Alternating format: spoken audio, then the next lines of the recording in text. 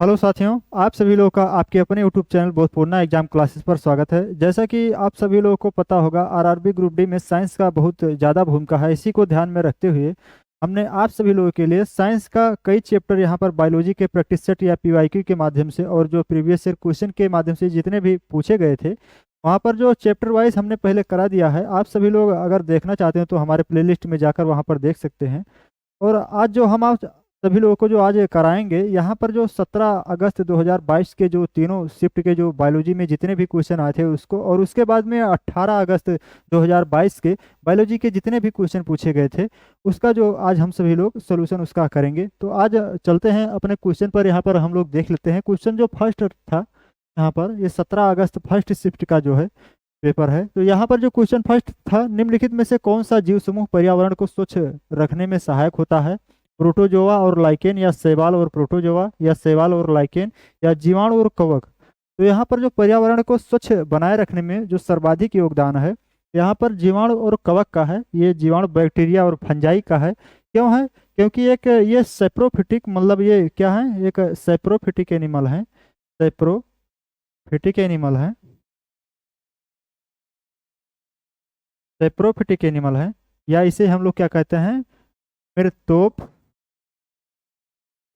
मृतोप जीवी एनिमल। तो saprophytic animal वह एनिमल होते हैं जो सड़े एवं गले पदार्थों पर क्या होते हैं, उत्पन्न होते हैं, और उनसे अपना क्या करते हैं, भोजन प्राप्त करते हैं और उन्हें नष्ट कर देते हैं। और जो जितने, जैसे मान लो ये कवक, जीवाणु और कवक है, मतलब बैक्टीरिया और फंजाई है, तो ये सड़े गले पदार्थों पर उगते हैं और उनसे अपना पोषण प्राप्त करते हैं। और जो अन्य जो कार्बनिक जो पदार्थ हैं, वो मिट्टी में अपशिष्ट के रूप में छोड़ देते हैं, जिससे वो जो पदार्थ होता है हमारे जो पौधे को पोषक तत्व के रूप में प्राप्त होता है। तो और जिससे क्या होता है, जब यहाँ पर जो जीवाणु और कवक हैं, पर्यावरण के लिए स्वच्छ रखने में भी सहायक होते हैं, क्योंकि जितने जो कार्बनिक पदार्थ हैं, सड़े गले पदार्थ हैं, अगर बैक्टीरिया और फंजाई ना हो तो क्या होगा, हमारा जो पर्यावरण दूषित हो जाएगा, जिससे तमामों जो बीमारियां होगी वो फैलने लगेंगी बहुत तेजी से। इसलिए ये पर्यावरण को स्वच्छ रखने में भी सहायता प्रदान करते हैं। कौन? जीवाणु और फंजाई। तो इसलिए right answer option number fourth हो जाएगा। नेक्स्ट क्वेश्चन है, श्वसन की इनमें से किस अभिक्रिया में ऑक्सीजन की आवश्यकता होती है? पायरुवेट के इथेनॉल में रूपांतरण में, या पायरुवेट के CO2 के रूपांतरण में, या पायरुवेट के CO2 H2O और ऊर्जा के रूपांतरण में, या ग्लूकोज के पायरुवेट में रूपांतरण में? तो यहाँ पर श्वसन की इनमें से किस अभिक्रिया में ऑक्सीजन की आवश्यकता होती है? तो जैसा कि आप सभी लोगों को पता होगा कि जो श्वसन दो टाइप का होता है, एक ऑक्सी श्वसन, एक अनाक्सी श्वसन। तो ऑक्सी श्वसन में क्या होता है, ऑक्सी श्वसन में ऑक्सीजन की आवश्यकता होती है, जबकि अनाक्सी श्वसन में ऑक्सीजन की कोई आवश्यकता नहीं होती है। लेकिन चाहे ऑक्सी श्वसन हो या अनाक्सी श्वसन हो, जो क्या होता है, पहला स्टेप होता है श्वसन का ग्लाइकोलिसिस प्रोसेस होता है, जिसमें जो होता है ग्लूकोज को पायरुविक एसिड या पायरुवेट में कन्वर्ट किया जाता है। ये ऑक्सी एवं अनाक्सी दोनों श्वसन में क्या होता है, ये स्टेप होता है। तो यहाँ पर जैसे मान लो ग्लूकोज ये है, ग्लूकोज ग्लूकोज C6H12O6, ये ग्लूकोज है। ग्लूकोज इसमें सेल के किसमें, साइटोप्लाज्म में, किसमें, साइटोप्लाज्म में, सेल के साइटोप्लाज्म में क्या होता है, ग्लूकोज पायरू पायरुविक एसिड, या जिसे हम लोग पायरुवेट के नाम से भी जानते हैं। तो जब एक ग्लूकोज, मतलब एक मालिक्यूल, जब ग्लूकोज का विघटन होता है हमारे सेल के साइटोप्लाज्म में, तो यहाँ पर क्या होता है, दो मालिक्यूल होते हैं, ये पायरुविक एसिड का निर्माण होता है। और ये जैसे ग्लूकोज के पायरुविक एसिड या पायरुवेट बनने तक, ये दोनों मतलब ऑक्सी श्वसन एवं अनाक्सी श्वसन, ये प्रक्रिया दोनों श्वसन में होता है। और इसमें ये जो है बिना ऑक्सीजन के होता है, बिना O2 के, क्योंकि इसमें ऑक्सीजन की कोई आवश्यकता नहीं होती है। ठीक। फिर उसके बाद में यहाँ से जो है ऑक्सी श्वसन और अनाक्सी श्वसन की जो प्रक्रियाएं हैं, जो फंक्शन है, वो बढ़ जाती हैं। क्योंकि अगर ऑक्सीजन अगर उपस्थित रहेगा तो यही जो पायरुविक एसिड है या पायरुवेट है, ये किस में कन्वर्ट हो जाता है। और अगर ऑक्सीजन अनुपस्थित है, यानी अगर एनएरोबिक कंडीशन है, यानी अवायवीय कंडीशन है, ऑक्सीजन की अनुपस्थिति है, O2 की अनुपस्थिति है, तो ये क्या होगा, पायरुविक एसिड किस में कन्वर्ट हो जाएगा, एथिल अल्कोहल मतलब C2H5OH, और किस में, और CO2 प्लस 2 ATP। जब ये भी क्वेश्चन में पूछ सकता है कि जब अनाक्सी शोषण होता है तो उसमें जब पायरुविक एसिड जब पूरा कंप्लीटली जब उसका डिग्रेडेशन होता है तब कितना एटीपी अनाक्सी शोषण में हमें प्राप्त होता है, तो 2 मतलब 2 ATP प्राप्त होता है। फिर उसके बाद में ये क्या है, इथेनॉल है, इथेनॉल या जिसे हम लोग क्या कहते हैं, एल्कोहल। तो यहाँ पर जो ऑक्सीजन की अनुपस्थिति में हमें ये प्राप्त होता है, लेकिन अगर वहीं पर वायवीय शोषण अगर हो, वायवीय मतलब अगर ऑक्सीजन की उपस्थिति हो, क्या हो, ऑक्सीजन की उपस्थिति अगर हो, तब क्या होगा, तब क्या बनेगा, तो यही जो पहले ग्लूकोज पायरुविक एसिड में टूटेगा, फिर पायरुविक एसिड से क्या होगा, माइटोकॉन्ड्रिया के मैट्रिक्स में जाएगा, फिर वहाँ पर क्रेब्स साइकिल का चक्र जो है चलेगा, फिर उसके बाद में इलेक्ट्रॉन ट्रांसपोर्ट सिस्टम होगा, किस पर, माइटोकॉन्ड्रिया के मैट्रिक्स के किस पर, ऑक्सीसोम पर। फिर उसके बाद में क्या होगा, ग्लूकोज जो होगा किसमें, 6 जो है CO2 और 6H2O प्लस क्या होगा 38 ATP, ये एडेनोसिन ट्राइफॉस्फेट मतलब ऊर्जा के रूप में हमारे शरीर को मिल जाता है। यानी एक ग्लूकोज से किससे, ऑक्सी शोषण में 38 ATP का निर्माण होता है, यानी ऊर्जा ये क्या है, ATP एडेनोसिन ट्राइफॉस्फेट, जिससे हमारे शरीर को क्या मिलता है, ऊर्जा प्रदान होता है। वही अनाक्सी शोषण में एक मॉलिक्यूल ग्लूकोज से 2 ATP का निर्माण होता है। तो यहाँ पर जो क्वेश्चन में पूछा गया था, श्वसन की इनमें से किस अभिक्रिया में ऑक्सीजन की आवश्यकता होती है, किस अभिक्रिया में, पायरुवेट के एथेनॉल के रूपांतरण में। तो पायरुवेट के एथेनॉल के रूपांतरण में यहाँ पर पायरुवेट है, यहाँ पर एथेनॉल बनना है। अनाक्सी शोषण की प्रक्रिया है, मतलब इसमें ऑक्सीजन की कोई आवश्यकता नहीं होती है। तो यहाँ पर जब कोई ऑक्सीजन की आवश्यकता नहीं होती है तो पायरुवेट से एथेनॉल के रूपांतरण में कोई ऑक्सीजन की आवश्यकता नहीं होती है, मतलब इसमें पूछा है इस अभिक्रिया में ऑक्सीजन की आवश्यकता होती है, तो इस अभिक्रिया में ऑक्सीजन की आवश्यकता नहीं होती है। फिर उसके बाद में सेकंड जो ऑप्शन है, पायरुवेट के CO2 रूपांतरण में, केवल CO2 रूपांतरण में तो ऐसा कोई है ही नहीं, ऐसा कोई प्रक्रिया ही नहीं है कि। फिर उसके बाद में जो यहाँ पर फोर्थ ऑप्शन है, ग्लूकोज के पायरुवेट के रूपांतरण में, ग्लूकोज के पायरुवेट के रूपांतरण में, यहाँ पर ग्लूकोज है, ग्लूकोज के पायरुवेट के रूपांतरण में। ये तो दोनों प्रोसेस मतलब ऑक्सी शोषण एवं अनाक्सी शोषण दोनों प्रक्रिया में होता है, और किसके बिना ऑक्सीजन की उपस्थिति में होता है, इसलिए इस प्रक्रिया में कोई ऑक्सीजन की जरूरत नहीं होती है। फिर यहाँ पर जो ऑप्शन थर्ड है, पायरुवेट के CO2 H2O और ऊर्जा में रूपांतरण में, ऊर्जा के रूपांतरण में। हाँ, तो यहाँ पर आप सभी लोग देख रहे होंगे कि यहाँ जो मॉलिक्यूल ग्लूकोज का है, जब पायरुविक एसिड या पायरुवेट में ग्लाइकोलिसिस प्रोसेस द्वारा जब टूटता है तो उसके बाद में क्या होता है, फिर उसका जो एक मॉलिक्यूल है, ये 2 मॉलिक्यूल बने हैं, लेकिन एक मॉलिक्यूल से कितना हमें 6CO2 प्लस 6H2O प्लस ये 38 जो होता है क्या प्राप्त होता है, ATP प्राप्त होता है। तो यहाँ पर जो ऑक्सीजन की उपस्थिति होती है, मतलब वायवीय ऑक्सीजन मतलब वायवीय श्वसन होता है, मतलब एरोबिक कंडीशन है। तो यहाँ पर जो होगा ऑप्शन नंबर थर्ड हमारा राइट आंसर हो जाएगा। यहाँ पर श्वसन की अभिक्रिया में ऑक्सीजन की आवश्यकता होती है, तो ऑक्सी शोषण की अभिक्रिया में ऑक्सीजन की आवश्यकता होती है। ऑक्सी शोषण क्या होता है, जैसे मान लो ये ग्लूकोज है C6H12O6, मतलब ग्लूकोज जब इसे ऑक्सीजन की आवश्यकता होती है, फिर ऑक्सीजन लेने के बाद क्या होता है, ये 6CO2 प्लस क्या होता है 6CO2 12H2O, फिर 12H2O, फिर उसके बाद में क्या होता है प्लस 38 ATP का निर्माण होता है। ये क्या होता है, ऑक्सीजन, मतलब ये ऑक्सी शोषण का जो है प्रक्रिया है। तो यहाँ पर हमारा राइट आंसर, शोषण इनमें से किस अभिक्रिया में ऑक्सीजन की आवश्यकता होती है, तो पायरुवेट के CO2 H2O और ऊर्जा के रूपांतरण में ऑक्सीजन की आवश्यकता होती है। यही जो प्रक्रिया है यहाँ पर, जैसे मान लो यहाँ ये इसी में देख लीजिए आप सभी लोग, ये तो जैसे ऑप्शन ये तो सही था, रिएक्शन ये सही था, लेकिन पहले क्या ग्लूकोज है, मान लो ग्लूकोज, फिर ग्लूकोज जो है सेल के साइटोप्लाज्म में किस में टूटा, पायरुवेट, फिर पायरुवेट से ऑक्सीजन जुड़कर क्या बनाता, फिर यही लास्ट में यही प्रोडक्ट बनाता है। तो इसमें ऑक्सीजन की आवश्यकता होती है, क्या होती है। तो अब हम लोग अपने नेक्स्ट क्वेश्चन, फिर अगले क्वेश्चन पर चलते हैं, देख लेते हैं।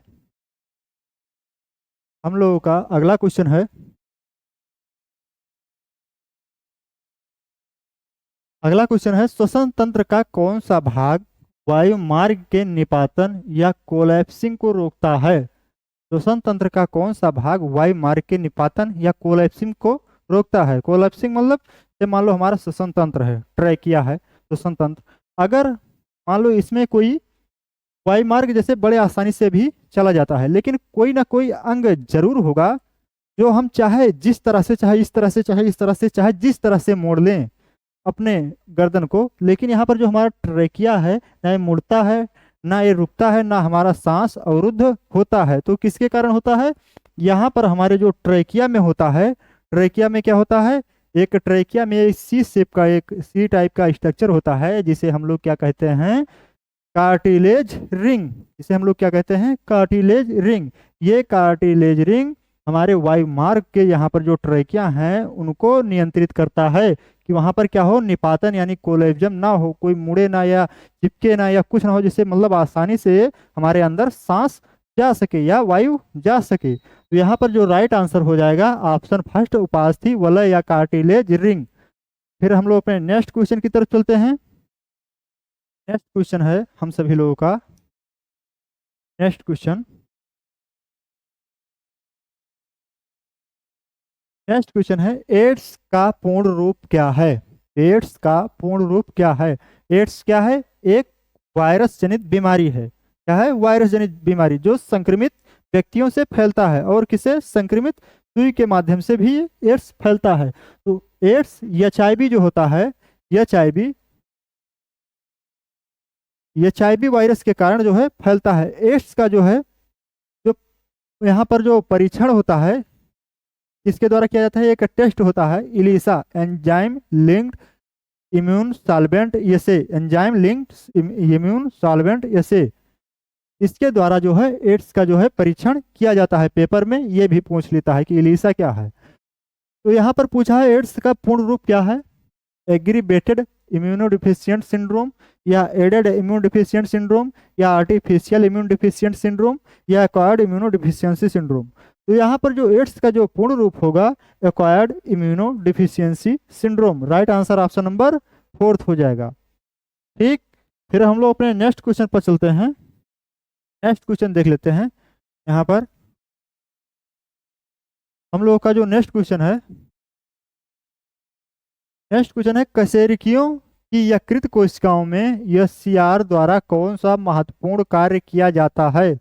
कशेरुकी की यकृत जो कोशिकाएं हैं उसमें जो होता है एचसीआर मतलब क्या होता है, स्मूथ इंडोप्लाज्मिक रेटिकुलम। एचसीआर मतलब क्या, स्मूथ स्मूथ इंडोप्लाज्मिक इंडोप्लाज्मिक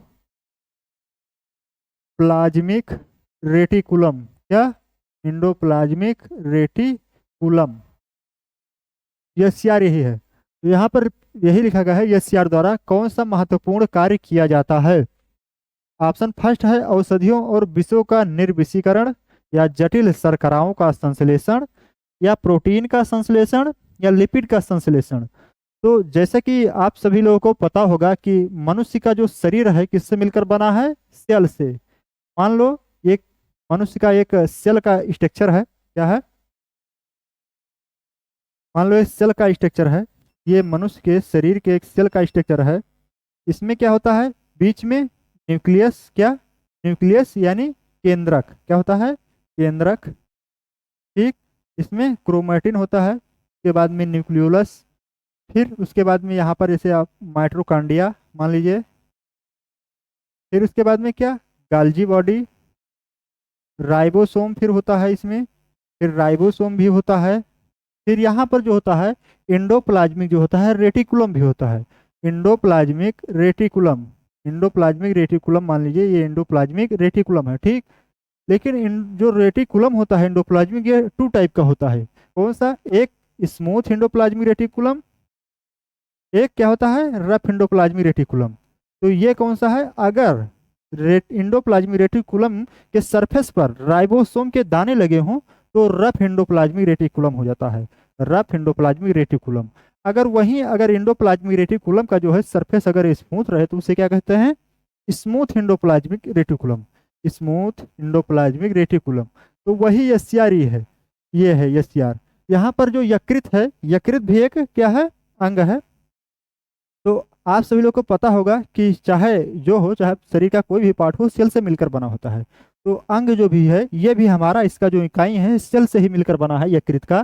तो इसलिए जो यकृत के सेल में, जो यकृत का सेल होता है उसमें जो एससीआर होता है, स्मूथ एंडोप्लाज्मिक रेटिकुलम, उस सेल के द्वारा जितने भी औषधि हैं और विष हैं, उन विषयों को क्या करता है, ये SCR smooth endoplasmic reticulum detoxify यानी निराविषीकरण करने का काम करता है, मतलब विषहीन बना देता है। क्या, विषहीन बना देता है। तो इसलिए एससीआर द्वारा कौन सा महत्वपूर्ण कार्य किया जाता है, तो औषधियों और विषयों का निराविषीकरण करने में। Right answer option number first हो जाएगा। अब हम लोग अपने नेक्स्ट क्वेश्चन पर चलते हैं। हम लोगों का नेक्स्ट क्वेश्चन है, वो प्रक्रिया जिसके द्वारा जल रिसकर भूमि में प्रवेश करता है कहलाती है। वो प्रक्रिया जिसके द्वारा जल रिसकर भूमि में प्रवेश करता है क्या कहलाती है? वाष्पोत्सर्जन। वाष्पोत्सर्जन तो हुआ पेड़ पौधे से, जब अधिकतर जब जो जल होता है वो बाहरी वातावरण में निकल जाता है, ये भी नहीं होगा, वाष्पोत्सर्जन भी नहीं होगा, परासरण भी नहीं होगा, इसी तरह से भस्मीकरण भी नहीं होगा। लेकिन यहाँ पर जो अंतः स्पंदन है, तो ये अंतः स्पंदन द्वारा मतलब क्या होता है, जो वर्षा के जल होते हैं कुछ मात्रा में भूमि द्वारा अवशोषित कर लिया जाता है, फिर उसके बाद पेड़ पौधे के जड़ों के द्वारा उस जो जल को कुछ मात्रा में पेड़ पौधे को प्राप्त हो जाता है। इसी को हम लोग क्या कहते हैं, अंतः स्पंदन। तो वो प्रक्रिया जिसके द्वारा जल रिसकर भूमि में प्रवेश करता है क्या कहलाता है, अंतः स्पंदन। राइट आंसर ऑप्शन नंबर 4 हो जाएगा। फिर हम लोग अपने नेक्स्ट क्वेश्चन की तरफ चलते हैं। नेक्स्ट क्वेश्चन है,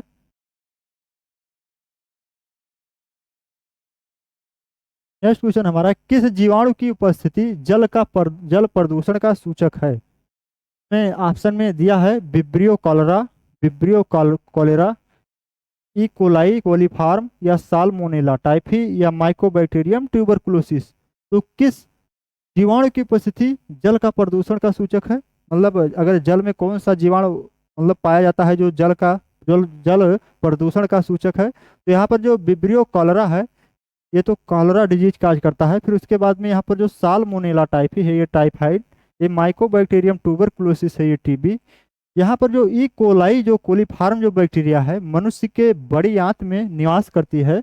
और जब कोई जल में कोई मल जैसे मान लो या किसी का जब वहाँ पर जल में जाता है, तो धीरे धीरे वो जल क्या होता जाता है, प्रदूषित हो जाता है। तो इसी के कारण ई कोलाई कोलीफार्म बैक्टीरिया के कारण जो जल प्रदूषण, अगर ये बैक्टीरिया जल में अगर उपस्थित हो तब क्या होगा, जल प्रदूषित हो जाएगा। इसी के कारण ये जो ई कोलाई बैक्टीरिया जल प्रदूषक का सूचक है। तो यहाँ पर right answer option number second हमारा हो जाएगा। फिर अब हम लोग अपने नेक्स्ट क्वेश्चन की तरफ चलते हैं आगे। यहाँ पर नेक्स्ट क्वेश्चन है, वृक्कों में मूत्र के निर्माण में शामिल दी गई 3 प्रक्रियाओं का सही अनुक्रम निम्न में से किस विकल्प में दिया गया है? यहाँ पर पूछा गया है कि जो वृक्क है यानी किडनी में मूत्र के निर्माण में शामिल की दी गई 3 प्रक्रियाओं का सही अनुक्रम निम्न में से किस विकल्प में दिया गया है? जैसा कि आप सभी लोग को ये पता होगा कि मनुष्य के बैक साइड में यहाँ पर 2 किडनियाँ होती हैं, 2 किडनी, कितनी, 2 किडनी, एक राइट एक लेफ्ट, 2 किडनी होती हैं। यहाँ पर जो 2 किडनी होती हैं, इस किडनी का जब एक स्ट्रक्चर यहाँ पर क्या होगा, इसका जब एक स्ट्रक्चर टीएस सेक्शन करके जब यहाँ पर काटा गया, मतलब एल एस सेक्शन करके इस तरह से, तो यहाँ पर कुछ इस तरह से स्ट्रक्चर दिखाई दिया। यहाँ पर जो इसका जो बाहरी भाग है, यहाँ पर इसमें, यहाँ पर जो इसका किडनी का जो बाहरी भाग है, इसको हम लोग क्या कहते हैं, इसको कार्टेक्स कहते हैं। क्या, कार्टेक्स, मतलब किडनी का यहाँ पर जो बाहरी वाला भाग है, यहाँ पर आप सभी लोग देखिए, तो मान लो किडनी का है ये लेस स्ट्रक्चर, फिर यहाँ पर जो है, यहाँ पर जो बाहरी वाला भाग है इसे हम लोग क्या कहते हैं, कार्टेक्स। फिर कार्टेक्स में यहाँ पर कुछ छोटे छोटे कुछ इस तरह के स्ट्रक्चर दिखाई देते हैं, जो यहाँ पर आकर मेन मेडुला में यहाँ पर खुल जाते हैं। यहाँ पर तो ये जो छोटे छोटे स्ट्रक्चर जो जिसे होते हैं इसे हम लोग क्या कहते हैं, नेफ्रॉन कहते हैं। क्या? नेफ्रॉन। नेफ्रॉन यहाँ पर। तो यही जो एक नेफ्रॉन है, एक नेफ्रॉन को बड़ा करके यहाँ पर दिखाया गया है, यहाँ पर नेफ्रॉन को। तो यहाँ पर यह पूछा गया है कि वृक्क में मूत्र के निर्माण में शामिल दी गई 3 प्रक्रियाओं का सही अनुक्रम निम्न में से किस विकल्प में दिया गया है। तब आप जैसे यहाँ पर लिखा है, ऑप्शन फर्स्ट है चयनात्मक पुनः या पुनः अवशोषण, निस्पंदन या निष्कासन, या निस्पंदन, चयनात्मक पुनः अवशोषण या निष्कासन, या चयनात्मक पुनः अवशोषण या निष्कासन या निस्पंदन, या निस्पंदन निष्कासन फिर चयनात्मक पुनः अवशोषण। तो जैसे यहाँ पर जो होता है वृक्क में, किडनी में, यहाँ पर किडनी में पहला जो यहाँ पर जो भाग होता है कुछ इस गुच्छा टाइप का, इसे हम लोग कहते हैं ग्लोमेरुलस। फिर उसके बाद में जो ये सी टाइप का शेप होता है इसे क्या कहते हैं, वुमेन कैप्सूल। तो यहाँ पर जो ग्लोमेरुलस है, ग्लोमेरुलस स्ट्रक्चर में जो कुछ जैसे पहले फिल्टर का काम कर दिया जाता है, जो मतलब आवश्यक चीजें हैं उसे ले लिया जाता है, उसके बाद में फिर अनावश्यक जो चीजों को यहाँ पर बाहर भेज दिया जाता है। फिर उसके बाद में जितने भी अनावश्यक चीजें हैं, जब यहाँ पर लूप ऑफ हेनले यहाँ पर जब आ जाता है यहाँ पर, तो इसके बाद में क्या होता है, फिर इसके बाद में यहाँ पर जो कुछ जो है सेलेक्टिव, मतलब जो इसमें जो अन्य जो एक्सक्रीटरी प्रोडक्ट हैं जब आ जाते हैं इसमें, तो कुछ और जो पदार्थ होते हैं इसमें जो क्या करते हैं, इसमें क्या कर जाते हैं, यहाँ पर चयनात्मक मतलब सेलेक्टिव परमेबल मेम्ब्रेन द्वारा इसमें अवशोषित करते हैं। कौन कौन से? जैसे NaCl हुआ, ग्लूकोज हुआ, अमीनो एसिड हुआ, यहाँ पर कुछ और अन्य पदार्थ जो बचते हैं ये यहाँ पर अवशोषित हो जाते हैं। तो यानी पहले क्या होता है, पहले निस्पंदन होता है, यानी फिल्ट्रेशन का काम होता है। पहले यहाँ पर फिल्टर होता है, फिर उसके बाद में फिल्टर होने के बाद में एक्सक्रीटरी प्रोडक्ट को फिर चयनात्मक पुनः अवशोषण होता है। मतलब क्या होता है, सेलेक्टिव फिर एब्जॉर्प्शन होता है, सेलेक्टिव री एब्जॉर्प्शन फिर होता है। कहाँ पर? यहाँ पर इस पार्ट में लूप ऑफ हेनले असेंडिंग और डिसेंडिंग में, यहाँ पर असेंडिंग और डिसेंडिंग लूप ऑफ हेनले में फिर अवशोषण होता है। फिर उसके बाद में जब यहाँ पर इस पार्ट में जब ग्लूकोज, एमिनो एसिड और अन्य जितने भी जो नेसेसरी मतलब आवश्यक जितने पदार्थ हैं यहाँ पर अवशोषण होने के बाद जो अन्य जो बाई प्रोडक्ट बनते हैं, तो फिर वो कहाँ पर आ जाते हैं, फिर ये यहाँ पर मेडुला यहाँ पर जो है यहाँ पर ओपन हो जाते हैं। फिर उसके बाद में किडनी द्वारा फिर यूरेटर में, वहाँ पर गाल ब्लैडर में जाकर बाहर निष्कासित हो जाते हैं। तो यहाँ पर जो पूछा गया है, निर्माण में शामिल तीनों प्रक्रियाओं का सही अनुक्रम क्या होगा। पहले निस्पंदन होगा यानी फिल्ट्रेशन, फिर उसके बाद में चयनात्मक पुनः अवशोषण होगा, फिर क्या होगा, निष्कासन। तो इसलिए right answer option number second हो जाएगा। फिर हम लोग अपने नेक्स्ट क्वेश्चन की तरफ बढ़ते हैं। नेक्स्ट क्वेश्चन है मृदा अपरदन। मृदा अपरदन पर्यावरण के लिए मुख्य खतरों में से एक है। निम्नलिखित में से कौन सा मृदा अपरदन को रोकने में सहायक हो सकता है। जो मृदा अपरदन है पर्यावरण खतरों में से एक है। तो इसमें यह पूछा गया है निम्न में से जो ऑप्शन दिए गए हैं इनमें मृदा अपरदन को रोकने के लिए कौन सहायक हो सकता है, कौन सा ऑप्शन सहायक हो सकता है। तो यहाँ पर सिंचाई के घटिया तरीकों को बना दिया जाए तो मृदा अपरदन रुक जाएगा, तो ऐसा तो होगा नहीं कि सिंचाई के अगर घटिया तरीकों को बना दिया जाएगा तो जो मृदा अपरदन होता है यानी मृदा जो क्षरण होता है उसका तरीका रुक जाएगा। यहाँ पर मवेशी के चारण यानी अगर जो गाय भैंस या अन्य जो जानवर होते हैं उनको अगर जितना भी चराया जाए तो उतने उतने ही हमारा जो मृदा अपरदन होगा रुक जाएगा नहीं, और बढ़ता चला जाएगा मृदा अपरदन, तो ये भी नहीं होगा। यहाँ पर समोच्च रेखीय जुताई या अधिक खेती करेंगे तो मृदा अपरदन कम हो जाएगा, ऐसा भी नहीं है। तो यहाँ पर समोच्च रेखीय जुताई मतलब क्या होता है, जैसे मान लो कोई खेत है, यहाँ पर मान लो ये कोई खेत है, इस साइड में मान लीजिए काफी ऊंचा है, मान लीजिए ये पूरा आप ही का खेत है, एक साइड में ये काफी ऊंचा है, ठीक। फिर इधर साइड में मान लीजिए बहुत इसे लघु में काफी नीचे कुछ ढलान टाइप का है, नीचे है मान लीजिए इधर वाला साइड, तो आप यहाँ पर एक बांध बना दीजिए, जिससे क्या होगा अगर आप पानी इधर लगाएंगे तो इधर की मिट्टी इधर नहीं आएगी और इधर की मिट्टी इधर नहीं जाएगी, तो जिससे क्या होगा मृदा अपरदन यानी मृदा का जो क्षरण की जो प्रक्रिया होगी वो क्या होगी, रुक जाएगी। तो इसलिए इस ऑप्शन में क्या होगा, समोच्च रेखीय जुताई या सिंचाई, यही हमारा जो है सही हो जाएगा, ठीक। फिर अब हम लोग अपने नेक्स्ट क्वेश्चन की तरफ चलते हैं। नेक्स्ट क्वेश्चन है,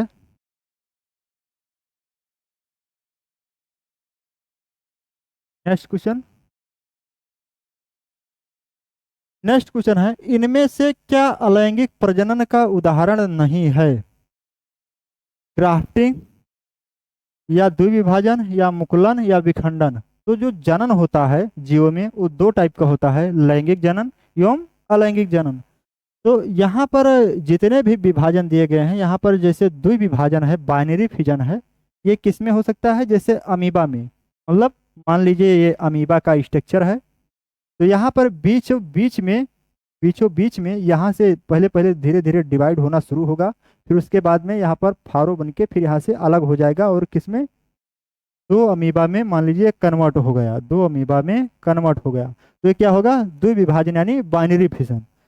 फिर इसके बाद में मुकुलन मतलब बडिंग, जैसे हाइड्रा को आप सभी लोग देखे होंगे, मान लीजिए हाइड्रा का स्ट्रक्चर है, मान लीजिए हाइड्रा का स्ट्रक्चर है, हाइड्रा का स्ट्रक्चर है, तो हाइड्रा के इस स्ट्रक्चर में एक इधर जो बड टाइप का जो स्ट्रक्चर निकल आता है, इसे हम लोग क्या कहते हैं? मुकुलन।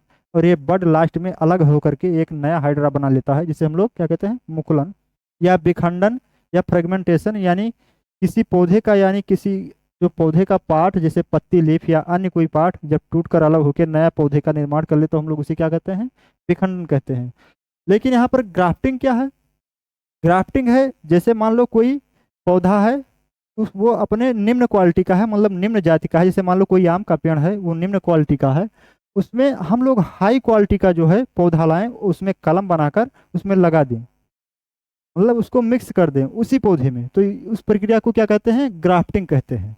तो यहाँ पर जो पूछा गया है अलैंगिक प्रजनन का उदाहरण नहीं है, तो यहाँ पर जब ग्रुप डी का जो आंसर किया आया था उसमें ग्राफ्टिंग जो है सही ऑप्शन दिया गया था, तो इसलिए हम भी इसको ग्राफ्टिंग आंसर सही मानेंगे। तो अब हम लोग अपने नेक्स्ट क्वेश्चन की तरफ चलते हैं। नेक्स्ट क्वेश्चन है,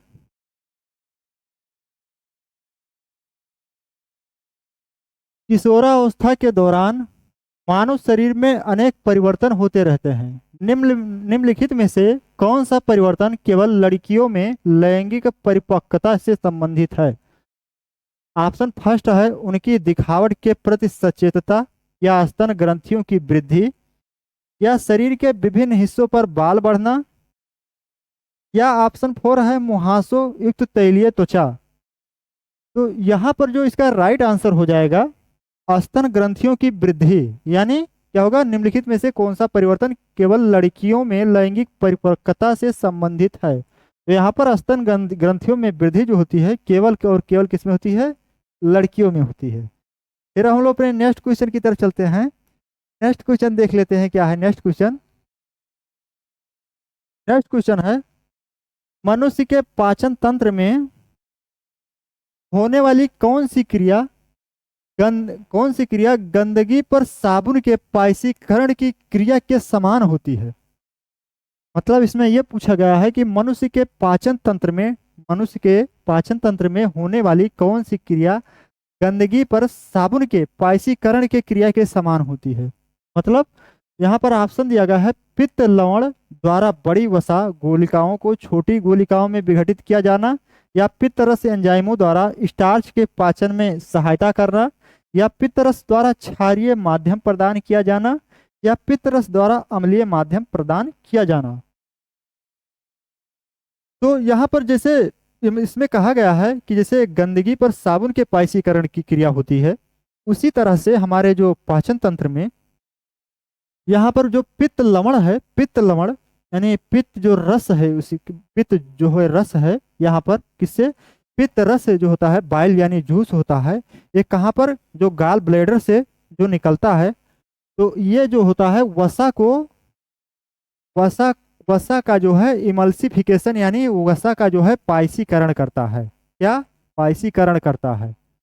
अगर हमारे शरीर में पित्त लवण यानी बाइल जूस अगर ना हो तो ये वसा का पाचन होगा ही नहीं, और ये वसा का जो हमारे शरीर में अवशोषित जो करने की सबसे सूक्ष्म इकाई है ग्लिसरॉल है और फैटी एसिड है, तो इस रूप में वसा कन्वर्ट ही ना हो, इसमें बदले ही ना, अगर यहाँ पर क्या ना हो? पित्त लवण ना हो, क्योंकि पित्त लवण क्या करता है? वसा जल में घुलनशील नहीं है, और जो पित्त लवण है ये वसा को जल में घुलनशील बना देता है। और जब तक कोई पदार्थ जल में घुलनशील नहीं होगा तब तक उसका पाचन नहीं हो सकता है। तो इसलिए इसका जो पित्त लवण का है बहुत महत्वपूर्ण भूमिका है वसा के पाचन में। तो यहाँ पर जो वसा का पायसीकरण होता है वसा का, ये किसके द्वारा होता है? पित्त लवण द्वारा। ये जो वसा की जो बड़ी, जो यहाँ पर जो ऑप्शन में दिया गया है पित्त लवण द्वारा, जो बड़ी वसा की गोलिकाओं को छोटी गोलिकाओं में विघटित किया जाना, ये किस क्रिया के समान है? गंदगी पर साबुन के पायसीकरण की क्रिया के समान है। तो यहाँ पर जो राइट आंसर हमारा हो जाएगा ऑप्शन नंबर फर्स्ट। और जब इस वसा में पित्त लवण यानी बाइल जूस यहाँ पर आता है और इसे क्या बना जाता है? उस वसा को जल में घुलनशील बना देता है और फिर उसके बाद में ये छोटे छोटे भागों में टूट जाता है। इसी को हम लोगों को क्या कहते हैं? पायसीकरण या इमल्सिफिकेशन कहा जाता है। और उसके बाद में ये वसा का जो सबसे सूक्ष्म रूप है फैटी एसिड, और क्या होता है? फैटी एसिड और गिलसराल ये में कन्वर्ट हो जाता है और फिर ये हमारे शरीर में एब्जॉर्ब हो जाता है। ठीक, अब हम लोग अपने नेक्स्ट क्वेश्चन पर चलते हैं। नेक्स्ट क्वेश्चन कौन सा है?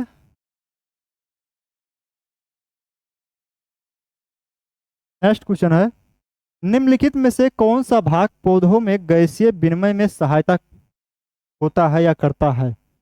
सहायक होता है लिखा है। निम्नलिखित में से कौन सा भाग पौधों में गैसीय विनिमय में सहायक होता है? कोशिका झिल्ली, या जिसे हम लोग प्लाज्मा मेम्ब्रेन कहते हैं, क्या वो गैसीय विनिमय में सहायक है पौधे के? या रंध्र, जिसे हम लोग क्या कहते हैं? स्टोमेटा,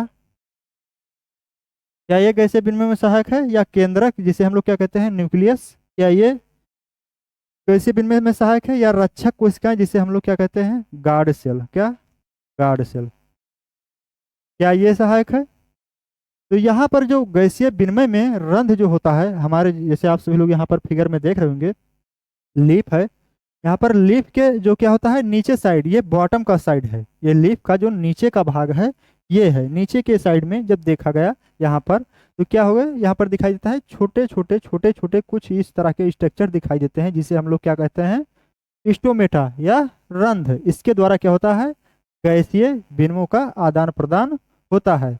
यहाँ पर जब रंध्र को यानी स्टोमेटा को जब कुछ इसका जब फिगर को जब कुछ बड़ा करके जब देखा गया, तो यहाँ पर जो साइड में है, पहले जब गैसीय विनिमय जब इसमें नहीं होता है, गैसीय विनिमय की कोई आवश्यकता नहीं होती है, तो ये जो होता है रंध्र की जो है यहाँ पर कुछ इस टाइप का जो बंद रहता है।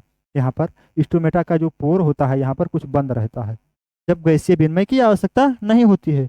लेकिन जब क्या होती है गैसीय विनिमय की, मतलब गैसीय विनिमय जब होता है तो यहाँ पर जब पोर जो होता है ये ओपन हो जाता है, स्टोमेटल पोर, और हमारा जो है इसमें जो पेड़ पौधे में गैसीय विनिमय का आदान प्रदान हो जाता है।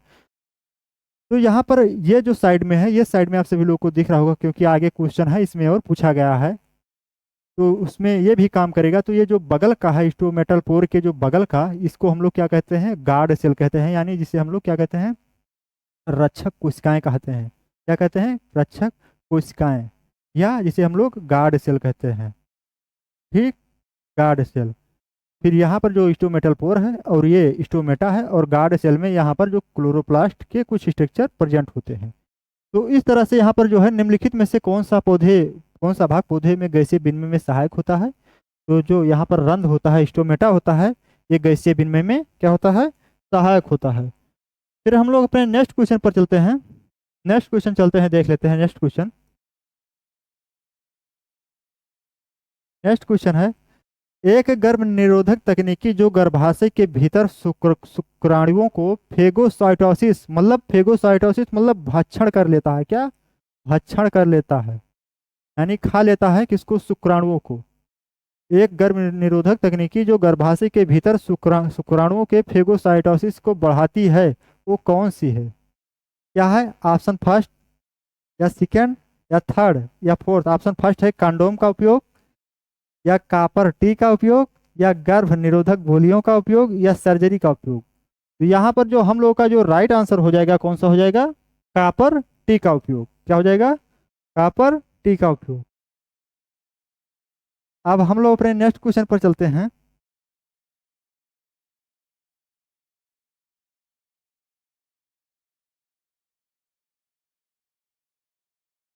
नेक्स्ट क्वेश्चन है कि प्रक्रिया में, देखिए अब वही क्वेश्चन पूछा गया है आगे, कि प्रक्रिया में रक्षक कोशिकाएं शामिल होती हैं। कौन सी प्रक्रिया में जो है रक्षक कोशिकाएं शामिल होती हैं? अनुवर्तनीय गति में, या परिसंचरण में, या वाष्पोत्सर्जन में, या भोजन के परिवहन में? तो क्या रक्षक कोशिकाएं किसमें थी, यानी जिसे हम लोग क्या कहते थे, गार्ड सेल। क्या? GUARD, गार्ड सेल, जिसे हम लोग क्या कहते थे, गार्ड सेल। यानी रक्षक कोशिकाएं किसमें थी, किसमें? वाष्पोत्सर्जन यानी गैसीय विनिमय के दौरान जो होता था, क्या, स्टोमेटल पोर जो होता है, उस पोर के जो बगल होता है, जो रक्षक सेल होती है, उसे क्या हम लोग कहते हैं, गार्ड सेल। तो यहाँ पर जो वाष्पोत्सर्जन की प्रक्रिया में रक्षक कोशिकाएं शामिल होती हैं। राइट आंसर ऑप्शन नंबर 3 हो जाएगा। अब हम लोग अपने नेक्स्ट क्वेश्चन की तरफ चलते हैं। नेक्स्ट क्वेश्चन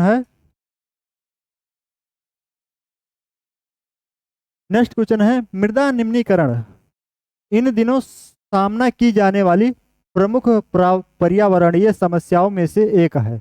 मृदा के संरक्षण के लिए तकनीकी की एक विस्तृत श्रृंखला का उल्लेख नीचे किया गया है। गलत विकल्प का चयन करें।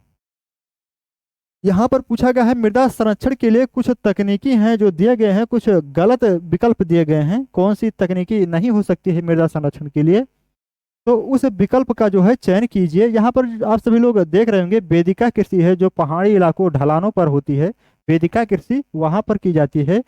यहाँ पर फसल चक्र, तो ये भी जो वेदिका कृषि है, ये भी मृदा संरक्षण के लिए सही है, क्योंकि इसके द्वारा भी ढलानों पर मृदा संरक्षण को बचाया जा, मतलब मृदा संरक्षण हो सकता है।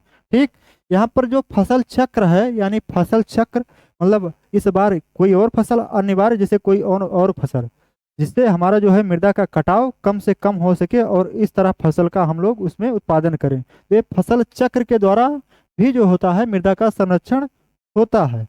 यहाँ पर वृक्षारोपण के द्वारा भी मृदा का संरक्षण होता है, लेकिन यहाँ पर अतिचारण मतलब अधिक पशुओं के चरने से मृदा का संरक्षण नहीं होता है, क्योंकि वो मिट्टी को एक स्थान से दूसरे स्थान तक, इधर से उधर पूरा सब कर देते हैं। इसलिए यहाँ पर क्या होता है, मृदा का संरक्षण इससे नहीं होता है। तो हमारा जो गलत आंसर ऑप्शन नंबर, मतलब जो सही ऑप्शन यही होगा, लेकिन इसमें जो गलत होगा मृदा का संरक्षण इससे नहीं होता है, और सही लेकिन ऑप्शन यही होगा। ठीक, अब हम लोग अपने नेक्स्ट क्वेश्चन पर चलते हैं।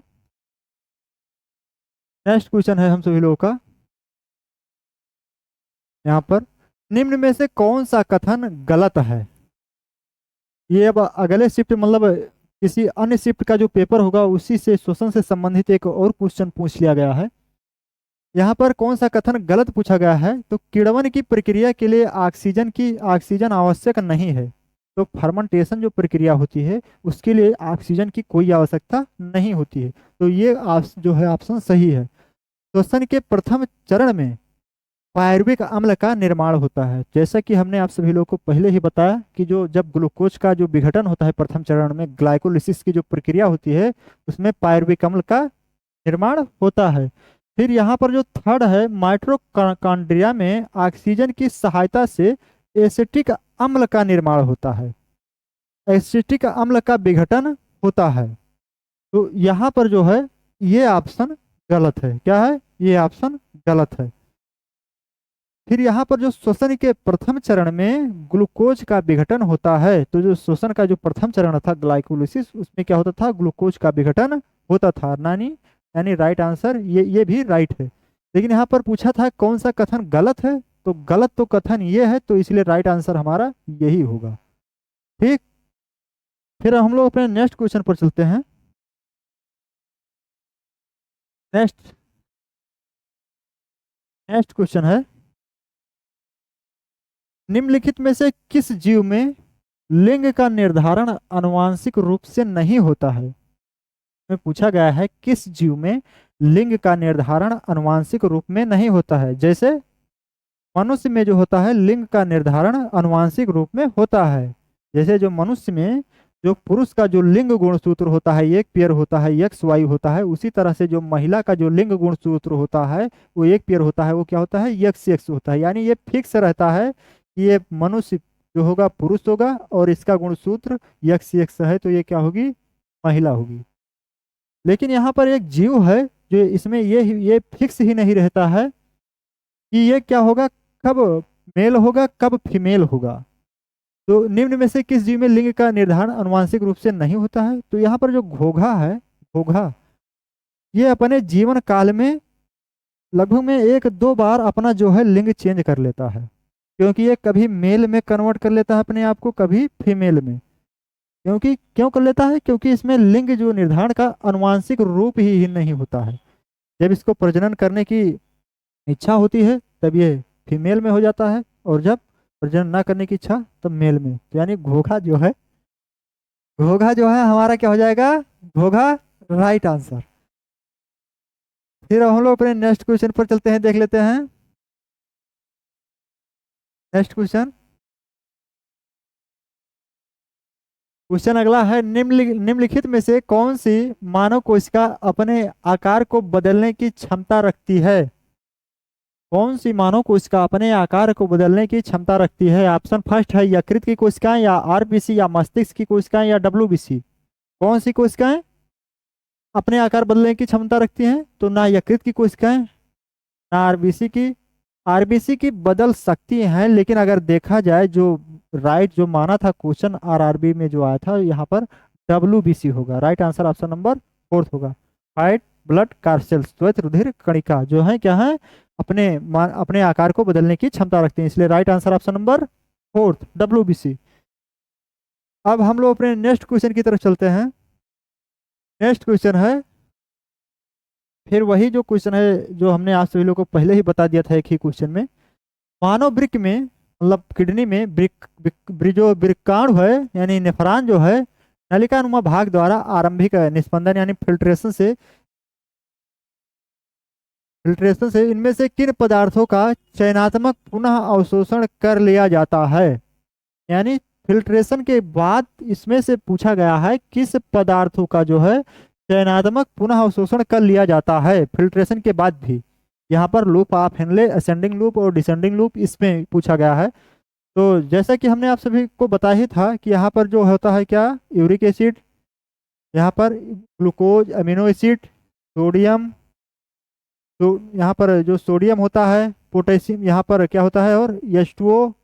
तो यहाँ पर जो जितने भी यहाँ पर होते हैं कौन कौन से, यहाँ पर जो ऑप्शन में फर्स्ट दिया है ग्लूकोज, जल, लवण और अमीनो अम्ल, या ग्लूकोज, जल, अमीनो अम्ल और प्रोटीन। तो जल, यहाँ पर जल, ग्लूकोज, लवण और प्रोटीन, या लवण, ग्लूकोज, वसा और जल। तो यहाँ पर इसके द्वारा जो होता है पुनः अवशोषण वसा के द्वारा नहीं होता है नेफ्रॉन में। जो चयनात्मक, यहाँ पर जो चयनात्मक यानी सेलेक्टिव जो रीअब्जॉर्प्शन होता है लूप ऑफ हेनले, इसमें वसा का जो रीअब्जॉर्प्शन नहीं होता है, इसलिए ये ऑप्शन गलत हो जाएगा। यहाँ पर प्रोटीन का भी इसमें जो है एब्जॉर्प्शन नहीं होता है, इसलिए ये ऑप्शन भी गलत हो जाएगा। और फिर यहाँ पर ग्लूकोज, जल, अमीनो अम्ल और प्रोटीन इसमें भी है, तो इसलिए प्रोटीन का भी एब्जॉर्प्शन नहीं होता, तो ये भी ऑप्शन गलत हो जाएगा। लेकिन यहाँ पर जो ग्लूकोज है, ग्लूकोज का भी एब्जॉर्प्शन होता है, रीअब्जॉर्प्शन। जल का भी होता है, लवण का होता है, लवण जैसे NaCl, जैसे सोडियम, पोटेशियम, इसका। और फिर उसके बाद में अमीनो अम्ल, इसका भी रीअब्जॉर्प्शन होता है। इसलिए जो हमारा राइट आंसर होगा कौन सा होगा? ऑप्शन नंबर जो फर्स्ट होगा। अब हम लोग अपने नेक्स्ट क्वेश्चन पर चलते हैं। नेक्स्ट क्वेश्चन अगला है, नेक्स्ट क्वेश्चन है, नीचे दी गई तालिका पौधे और जंतुओं की संरचना और कार्य व्यवहार के बीच अंतर को दर्शाती है। नीचे जो तालिका दी गई है आप सभी लोगों को नहीं दिख रहा होगा, कौन सा विकल्प गलत कथन को दर्शाता है? तो यहाँ पर हम पढ़ के बता रहे हैं। यहाँ पर क्रम संख्या लिखा है, यहाँ पर पौधे हैं, यहाँ पर प्राणी हैं।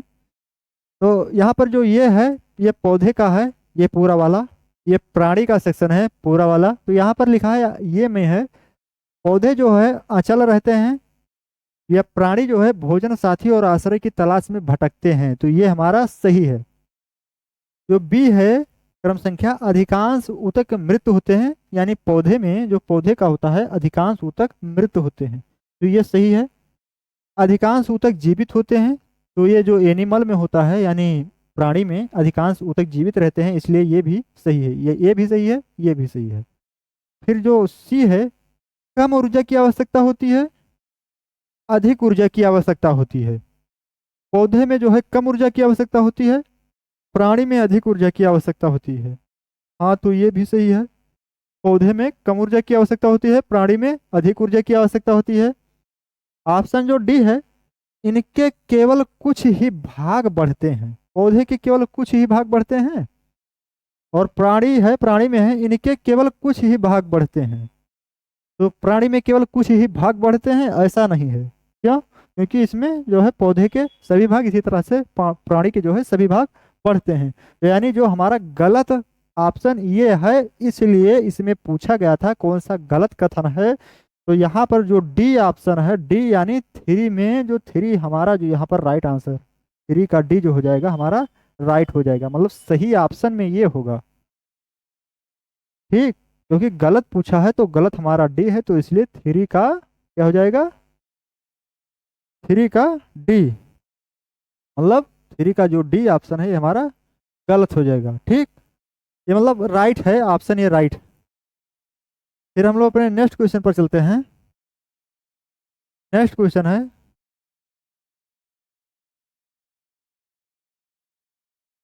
निम्नलिखित में से किसके द्वारा प्रजनन के लिए बीजाणु का उपयोग किया जाता है? बीजाणु मतलब स्पोर। किसके द्वारा प्रजनन के लिए बीजाणु का प्रयोग किया जाता है? जैसा कि अमीबा में क्या होता है, द्वि विभाजन या विखंडन। तो इसमें तो स्पोर के द्वारा प्रजनन नहीं होता है। आम में तो बीज के द्वारा या सीधा पादप रोपण के द्वारा भी पौधा तैयार हो जाता है, इसलिए ये भी नहीं होगा। ईस्ट में या हाइड्रा में मुकुलन के द्वारा क्या होता है, पौधे बन जाते हैं, इसलिए ये भी जो होता है क्या होता है, बीजाणु के द्वारा, स्पोर के द्वारा नहीं बनता है। यहाँ पर जो फर्न है, फर्न, यहाँ पर जो फर्न की पत्तियों में आप सभी लोग देख रहे होंगे, यहाँ पर कुछ स्पोर यानी बीज होते हैं। जब ये बीज परिपक्व हो जाते हैं तब ये मिट्टी में गिर करके, और फिर जब इनका निश्चित समय आता है, जिस समय ये उगते हैं, उसी समय ये फिर अपना नया पौधा निर्माण कर लेते हैं, यानी नया पौधा बन जाता है। तो ये बीजाणु का उपयोग किया जाता है किसके प्रजनन में, तो फर्न के। Right answer option number third हो जाएगा। फिर हम लोग अपने नेक्स्ट क्वेश्चन की तरफ चलते हैं। नेक्स्ट क्वेश्चन है, निम्न चित्र में संख्या, कौन सी संख्या मानव मस्तिष्क में मेरुरज्जु यानी स्पाइनल कार्ड, कौन सा, स्पाइनल कार्ड की स्थिति को दर्शाता है? कौन सी संख्या मेरुरज्जु यानी स्पाइनल कार्ड की स्थिति को दर्शाता है? फर्स्ट, सेकंड या थर्ड, थर्ड या फोर्थ, या नोज? यहाँ पर नोज लिखा है, तो यहाँ पर ये अग्र मस्तिष्क का भाग है, ये मध्य मस्तिष्क का भाग है, और यहाँ पर जो है ये पश्च ब्रेन का भाग है। इसी पश्च ब्रेन में यहाँ पर जो होता है चौथे नंबर पर ये जो भाग है, इसे हम लोग क्या कहते हैं, स्पाइनल कार्ड यानी मेरुरज्जु। क्या, मेरुरज्जु। आप सभी लोग यहाँ पर फिगर में देख रहे होंगे, ये स्पाइनल कार्ड है। यानी जो चौथा है, चौथा जो है, चौथा कौन सी संख्या है, मेरुरज्जु की जो चौथा। तो इसलिए चौथा किस ऑप्शन में सही है, यहाँ पर जो ऑप्शन थर्ड है, संख्या नंबर 4 जो हमारा हो जाएगा राइट आंसर, ये संख्या नंबर 4 हो जाएगा। ठीक, अब हम लोग अपने नेक्स्ट क्वेश्चन पर चलते हैं। नेक्स्ट क्वेश्चन, नेक्स्ट क्वेश्चन है, पौधे में उपस्थित, सॉरी, पौधे में अपशिष्ट उत्पाद के रूप में ऑक्सीजन कब और कैसे उत्सर्जित होता है? पौधे में उपस्थित, पौधे में अपशिष्ट उत्पाद के रूप में ऑक्सीजन कब और कैसे उत्सर्जित होता है? यहाँ पर ऑप्शन फर्स्ट है, रात के समय प्रकाश संश्लेषण के द्वारा, या रात के समय श्वसन के द्वारा, या दिन के समय श्वसन के द्वारा, या दिन के समय प्रकाश संश्लेषण के द्वारा। तो यहाँ पर पौधे में अपशिष्ट जो उत्पाद के रूप में ऑक्सीजन कब और कैसे उत्सर्जित होता है, देख लीजिए आप सभी लोग। जैसे मान लीजिए यहाँ पर 6CO2 प्लस 6H2O।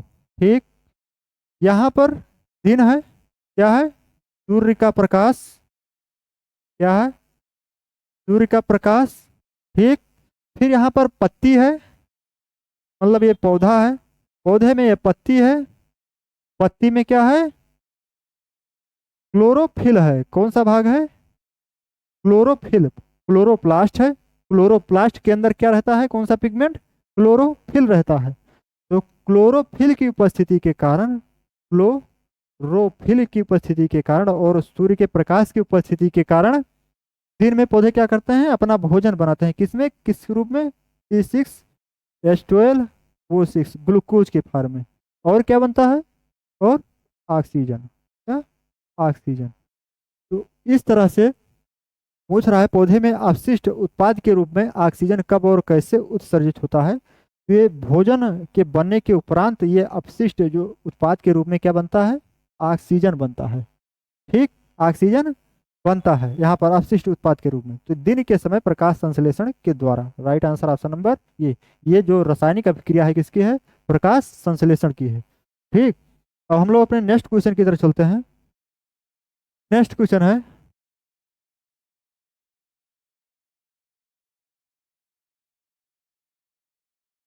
है, विद्यालयों में यौन शिक्षा देने के महत्व को उजागर करने वाले कुछ कारणों का उल्लेख नीचे किया गया है, गलत विकल्प का चयन कीजिए। मतलब यौन शिक्षा देने के लिए महत्व को उजागर करने वाले कुछ कारणों का उल्लेख दिया गया है। तो इसमें जो कौन सा जो विकल्प है गलत है, कौन सा विकल्प गलत है पूछा गया है। किशोरों या किशोरियों को यौन शोषण से बचाने में सहायक होता है, तो यौन शिक्षा, ये तो सही है। फिर उसके बाद में ऑप्शन जो सेकंड है, अपने शरीर में होने वाले बदलाव के बारे में जानकर किशोर और किशोरियां एक दूसरे का मजाक उड़ाने लगते हैं, ऐसा ये इसमें एक गलत माना गया है। क्या है, गलत। तो फिर उसके बाद में विभिन्न विभिन्न जो मिथ्या और भ्रांतियां हैं, यहाँ पर जो विभिन्न जो मिथ्या भ्रांतियां दूर करना, ये सही है। यौना आरंभ के दौरान होने वाले परिवर्तनों के बारे में जाने, ये भी सही है। लेकिन यहाँ पर जो दिया गया है, ये ऑप्शन जो सेकंड है, कौन सा, गलत विकल्प का चयन कीजिए। तो ये विकल्प जो है गलत है, इसलिए ऑप्शन जो सही होगा ये हमारा ये सही होगा। ठीक, फिर हम लोग अपने नेक्स्ट क्वेश्चन पर चलते हैं। नेक्स्ट क्वेश्चन है, नेक्स्ट क्वेश्चन दिया गया है, निम्नलिखित में से क्या पारिस्थितिकी तंत्र का एक जैविक घटक नहीं है। नहीं है, पारिस्थितिकी तंत्र मतलब इको सिस्टम, इकोसिस्टम का जो है पारिस्थितिकी तंत्र का जैविक घटक। जो इकोसिस्टम का जो होता है मेनली क्या होता है, कोई जो इकोसिस्टम है या पारिस्थितिकी तंत्र है तो उसके दो घटक होते हैं, एक जैविक घटक, एक अजैविक घटक। तो जैविक घटक क्या होते हैं, जिसमें जीव जंतु सब कुछ आते हैं, और अजैविक घटक मतलब अजैविक जैसे नाम से ही पता है, जिसमें जीवन ना हो, मतलब वो मृत हो, तो उसे ही हम लोग अजैविक घटक कहते हैं। तो यहाँ पर पूछा गया है निम्नलिखित में से कि क्या पारिस्थितिकी तंत्र का एक जैविक घटक नहीं है। मतलब इसमें सभी घटक कौन से जैविक घटक नहीं है, मतलब जैविक जो जीवित हों वही जैविक घटक, जो मृत हों वो अजैविक घटक। तो कीट तो है जैविक घटक, पुष्प है जैविक घटक, मेढक है जैविक घटक, लेकिन यहाँ पर जो मृदा है क्या है, अजैविक घटक है। ठीक, तो इस तरह से जो हमारा right answer option number third हो जाएगा। अब हम लोग अपने नेक्स्ट क्वेश्चन पर चलते हैं। नेक्स्ट क्वेश्चन, नेक्स्ट हाँ नेक्स्ट क्वेश्चन है, कोयले और पेट्रोलियम के संरक्षण के लिए निम्नलिखित में से क्या किया जाना चाहिए। कोयले और पेट्रोलियम के संरक्षण के लिए निम्नलिखित में से क्या किया जाना चाहिए।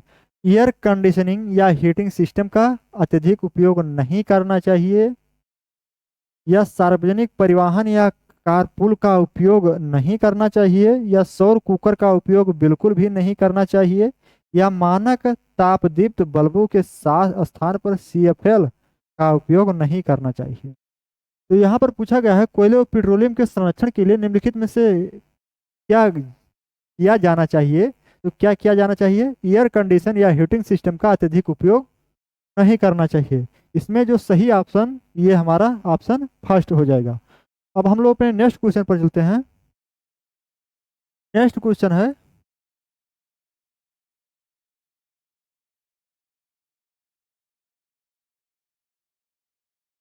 मानव हृदय में अनुशीतलन के दौरान निम्नलिखित में से कौन सी घटना घटित होती है। मानव हृदय में अनुशीतलन के दौरान कौन सी घटना घटित होती है।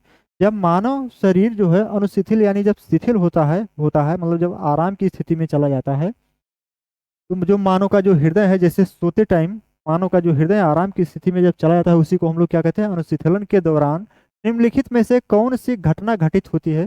कौन सी घटना घटित होती है? रक्त जो है नीले से बाहर निकलता है, ये गलत है। रक्त फेफड़ों में प्रवेश करता है, ये भी गलत है। रक्त महाधमनी में प्रवेश करता है, ये भी गलत है। लेकिन जो रक्त नीले में प्रवेश करता है, ये जो है सही है। तो हमारा यहाँ पर जो right answer option number fourth हो जाएगा, ये जो क्या हो जाएगा, सही हो जाएगा। फिर इसी तरह से हम लोग अपने अगले क्रम पर चलते हैं, अगले क्वेश्चन पर।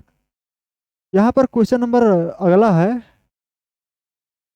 लैंगिक जनन करने वाले एक जीव में गुणसूत्रों की संख्या 2n बराबर 18 है। लैंगिक जनन यानी सेक्सुअल रिप्रोडक्शन, ठीक।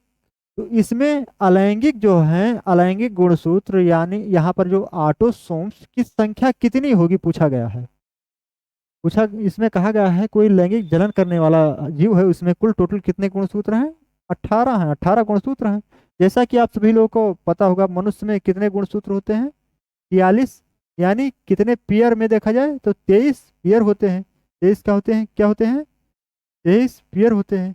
यहाँ पर जो 46 गुणसूत्र में जो कितने 44 गुणसूत्र यानी 22 जो पेयर होते हैं, 22 क्या होते हैं जो पेयर होते हैं, 22 जो पेयर गुणसूत्र होते हैं, इन्हें हम लोग क्या कहते हैं? ऑटोसोम कहते हैं। क्या? ऑटो ऑटोसोम, यानी जिसे हम लोग कायिकी गुणसूत्र भी कहते हैं। क्या? कायिकी गुणसूत्र। ये शरीर को रंग रूप एवं बुद्धि, ये इन सबको जो है, ये जो ऑटोसोम यानी कायिकी जो गुणसूत्र है, ये प्रदान करता है।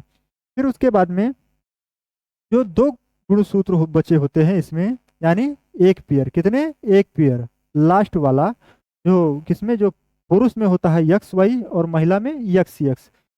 ये पुरुष का है, महिला का है। तो यहाँ पर ये क्या होता है? ये लिंग गुणसूत्र होता है। क्या होता है यहाँ पर? ये इसे हम क्या क्या कहते हैं? लिंग गुणसूत्र। लिंग गुणसूत्र ये कितने होता है?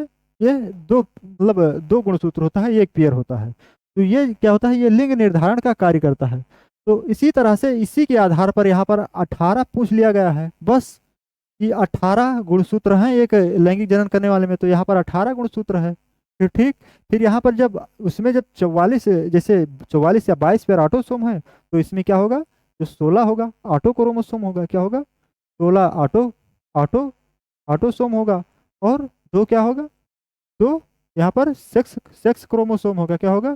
सेक्स क्रोमोसोम, या जिसे हम लोग क्या कहते हैं? लिंग गुणसूत्र क्रोमोसोम, ठीक। तो यहाँ पर जो पूछा गया है कि इसमें अलैंगिक गुणसूत्र यानी जो जिसे हम लोग ऑटोसोम की संख्या कितनी होगी, तो कितनी होगी? 16। Right answer option number first हो जाएगा, 16 हो जाएगा। तो इस तरह से हमारा ये भी क्वेश्चन कंप्लीट हो चुका है। अब हम लोग अपने नेक्स्ट क्वेश्चन की तरफ चलते हैं। नेक्स्ट क्वेश्चन है, क्वेश्चन अगला है, इसमें दिया गया है मानव उत्सर्जन तंत्र का चित्र नीचे दिया गया है। यहाँ पर जो मानव का उत्सर्जन तंत्र है, यहाँ पर ये चित्र जो है नीचे क्या है दिया गया है, ठीक। ये जो चित्र है ये नीचे दिया गया है। यहाँ पर ये लिखा है, यहाँ पर क्या लिखा है? ये भी लिखा है, ठीक।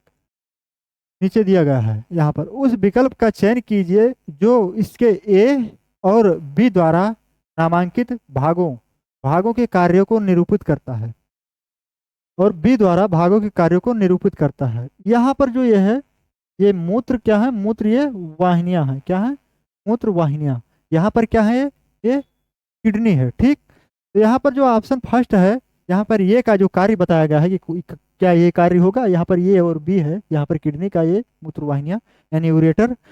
तो यहाँ पर ये का कार्य बताया गया है कि ये मूत्र का संग्रहण करता है ये, और बी का मूत्र का निर्माण करता है, तो ये तो नहीं करता है। यहाँ पर ये जो फिर कहा गया है कि ये क्या मूत्र का निर्माण करता है और बी मूत्र का संग्रहण करता है, तो मूत्र का संग्रहण तो बी करता नहीं, तो फिर ये भी गलत हो गया। फिर यहाँ पर जो तीसरा है, ये है मूत्र का निर्माण करता है, और जो बी होता है मूत्र को संग्रहण के लिए से जाना जाता है। और फिर यहाँ ऑप्शन जो 4 है, ये मूत्र का निर्माण करता है, और बी जो होता है मूत्र का शरीर से बाहर निष्कासन करने का कार्य करता है। तो बाहर निष्कासन करने का कार्य नहीं करता है यहाँ पर, ये जो बी है, तो ये भी गलत हो जाएगा। यहाँ पर इस ऑप्शन में कुछ मिस्टेक है हल्का। यहाँ पर जो किडनी है ये मूत्र का तो निर्माण करता है, ये सही है। यहाँ पर ये मतलब ये किडनी है, ये मूत्र का जो निर्माण करता है।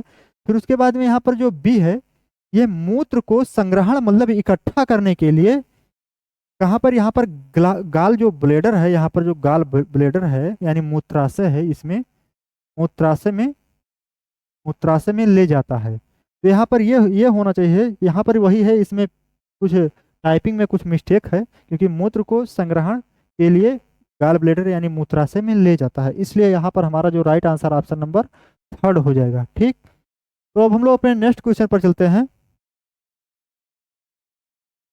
नेक्स्ट क्वेश्चन,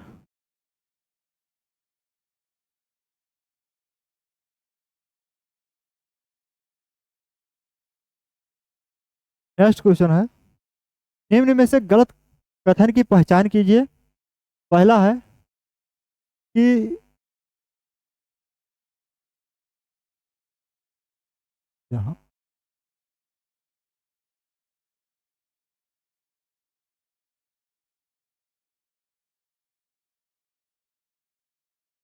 गलत है यार क्वेश्चन, आगे देख लो, लिख लो कुछ कहीं।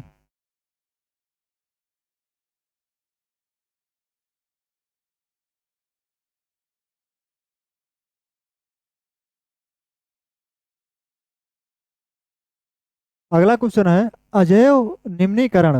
अजैव निम्नीकरण मतलब, जो अजैव निम्नीकरण यानी बायोडिग्रेडेबल, जो प्लास्टिक से संबंधित, अजैव निम्नीकरण प्लास्टिक से संबंधित निम्नलिखित में से तीन कथन जंतु, पादप और हमारे आसपास के वातावरण पर उनके प्रभाव को दर्शाते हैं।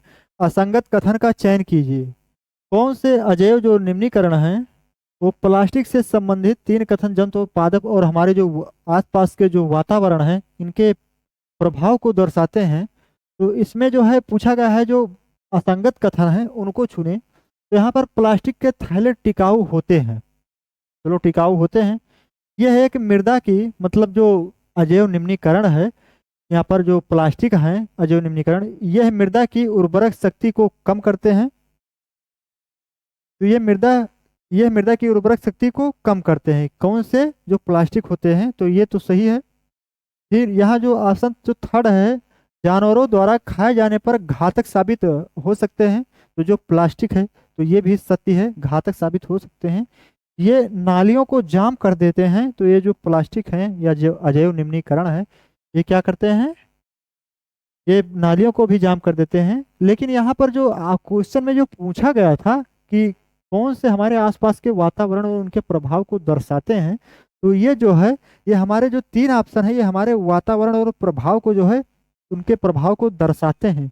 लेकिन यहाँ पर जो फर्स्ट ऑप्शन है कि प्लास्टिक के थैले टिकाऊ होते हैं, हाँ टिकाऊ होते हैं, लेकिन ये जो वातावरण के प्रभाव तो नहीं दिखा रहा है ना इस ऑप्शन में, क्योंकि बाकी जो तीन ऑप्शन है वो वातावरण के प्रभाव, क्या वातावरण पर प्रभाव पड़ रहा है उसको दर्शा रहा है, और ये ऑप्शन ऐसा नहीं है। तो यहाँ पर जो हमारा राइट आंसर हो जाएगा, प्लास्टिक के थैले टिकाऊ होते हैं, ये हमारा सही हो जाएगा, क्योंकि ये कथन असंगत है बाकी तीनों से। ठीक, अब हम लोग अपने नेक्स्ट क्वेश्चन की तरफ चलते हैं। नेक्स्ट क्वेश्चन, नेक्स्ट क्वेश्चन है, निम्नलिखित में से कौन सा संधारणीय विकास यानी सतत विकास, सतत विकास या संधारणीय विकास के लिए पालन किए जाने हेतु आवश्यक 5 आर का हिस्सा नहीं है।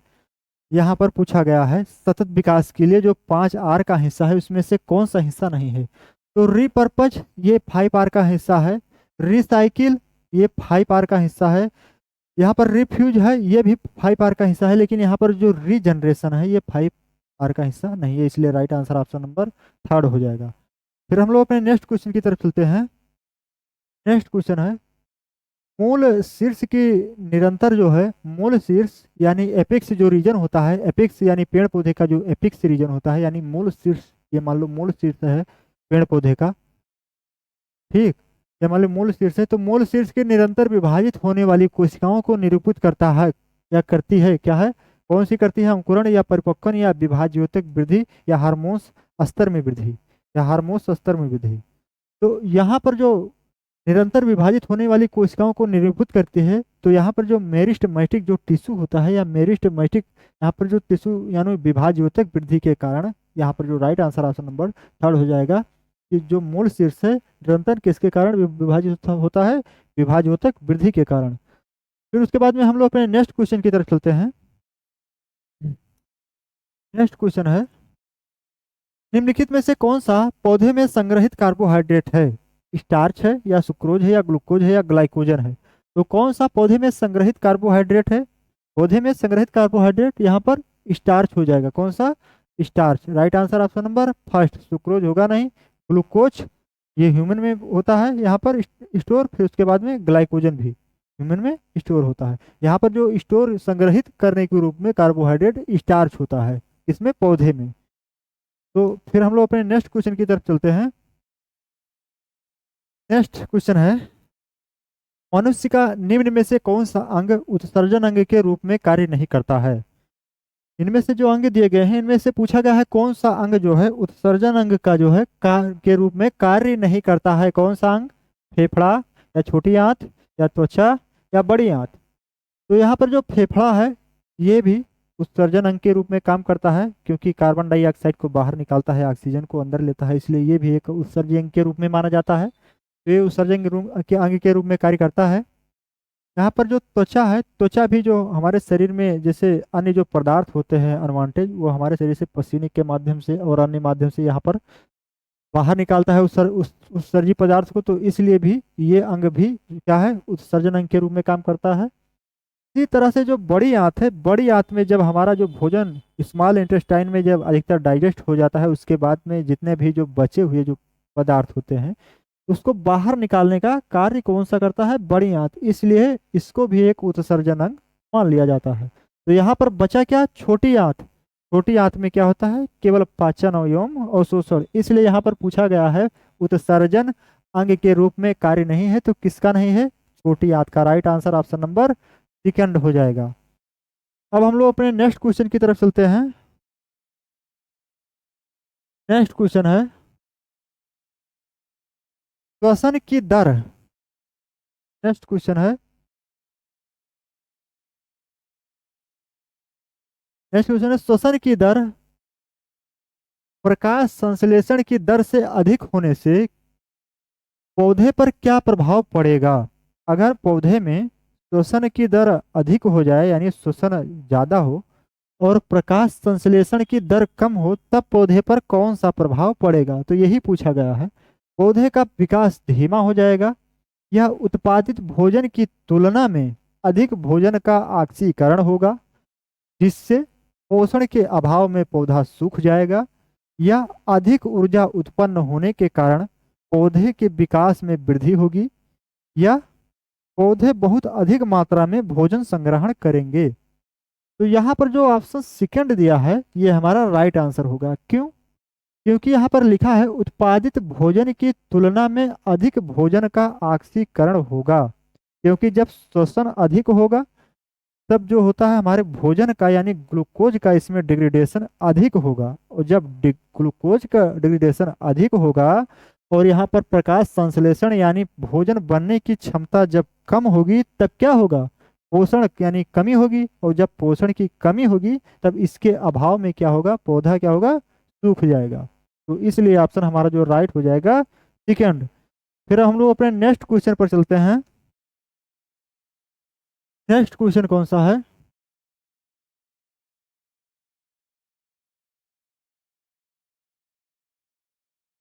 यहाँ पर है जैव निम्नीकरण। जैव यानी बायोलॉजिकल जो है, बायोलॉजिकल बायोडिग्रेडेबल यानी डिग्रेडेशन। जैव निम्नीकरण अपशिष्ट के बड़े पैमाने पर उत्पादन के कुछ प्रभावों का उल्लेख नीचे किया गया है, गलत कथन का चयन करें। तो इसमें ऑप्शन में क्या सही आंसर होगा?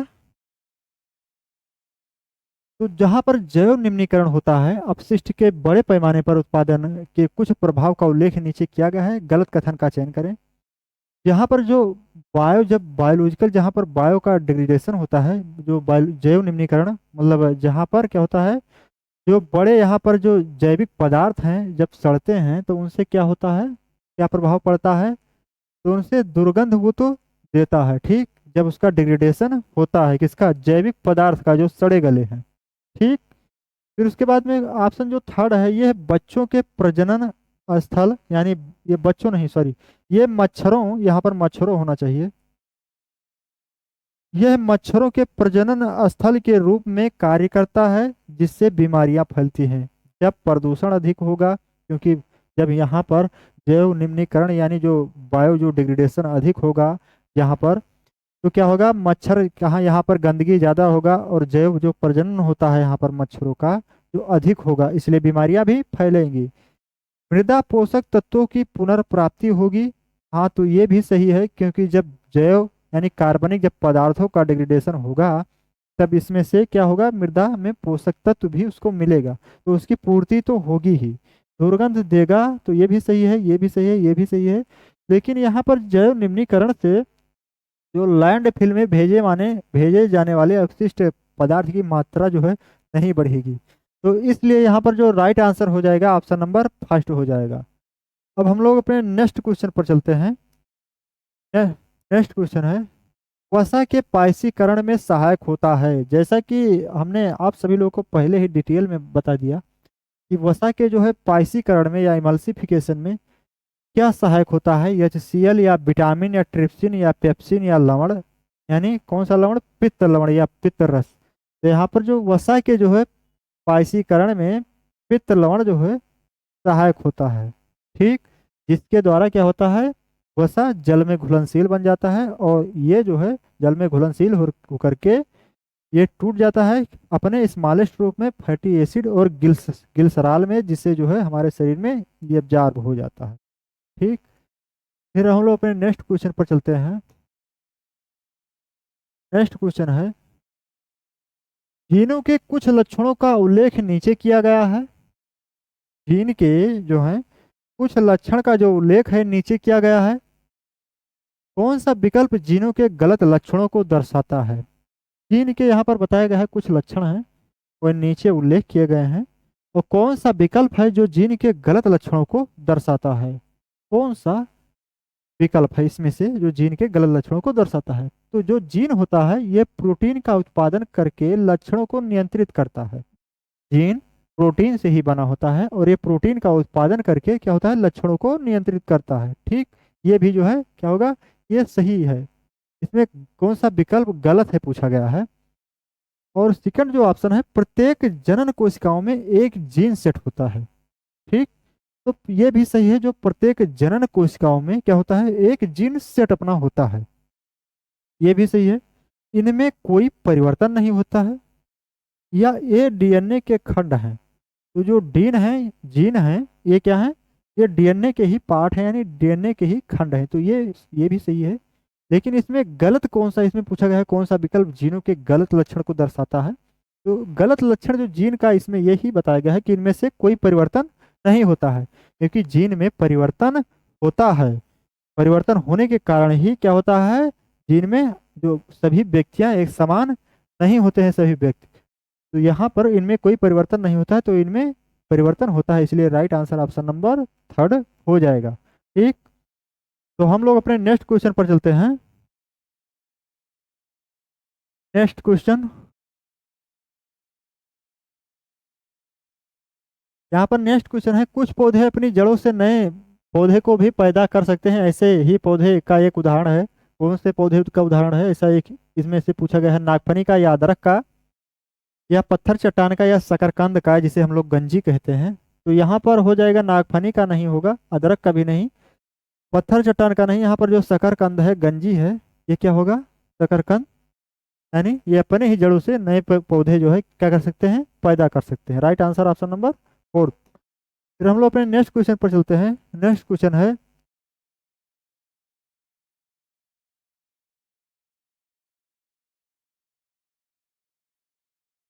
है, अधिकांश जंतुओं में गति इनमें से किन तंत्रों के समन्वित गतिविधि है। अधिकांश जंतुओं में जो गति होता है, इनमें से किन तंत्रों की समन्वय मतलब कोऑर्डिनेशन से इनकी गतिविधि होती है, किन तंत्र मतलब किन सिस्टम के समन्वय से क्या होता है, जो अधिकांश जंतुओं में गति होती है, किस सिस्टम की। यहाँ पर ऑप्शन जो फर्स्ट है, केवल कंकाल और तंत्रिका तंत्र, या केवल पेशी से, या पेशी कंकाल, या पेशी कंकाल और यहाँ पर लपिका नहीं, तंत्रिका तंत्र, केवल तंत्रिका तंत्र, या केवल तंत्रिका तंत्र से। तो यहाँ पर जो जंतुओं में जो गति का जो होता है समन्वय होता है उनमें, तो इनमें कौन कौन सी रहती हैं, कौन कौन से, जिससे इसमें पेशियां भी रहती हैं और कंकाल और तंत्रिका तंत्र, ये तीनों सिस्टम मिलके क्या करती हैं, समन्वय मतलब कोऑर्डिनेशन करती हैं। हमारी जो गति होती है जो जंतुओं में, उनको समन्वयित करती हैं। ठीक, तो इसलिए हमारा जो है हो जाएगा, क्या हो जाएगा, right answer option number third हो जाएगा। अब हम लोग अपने नेक्स्ट क्वेश्चन की तरफ चलते हैं।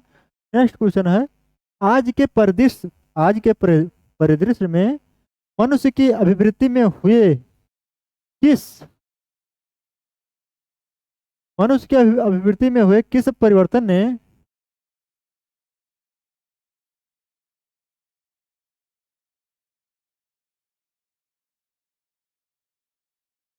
अगला क्वेश्चन है, आज के परिदृश्य में मनुष्य की अभिवृत्ति में हुए इस परिवर्तन में अजैव निम्नीकरण अपशिष्ट के उत्पादन को कुछ हद तक कम करने में सहायता की है।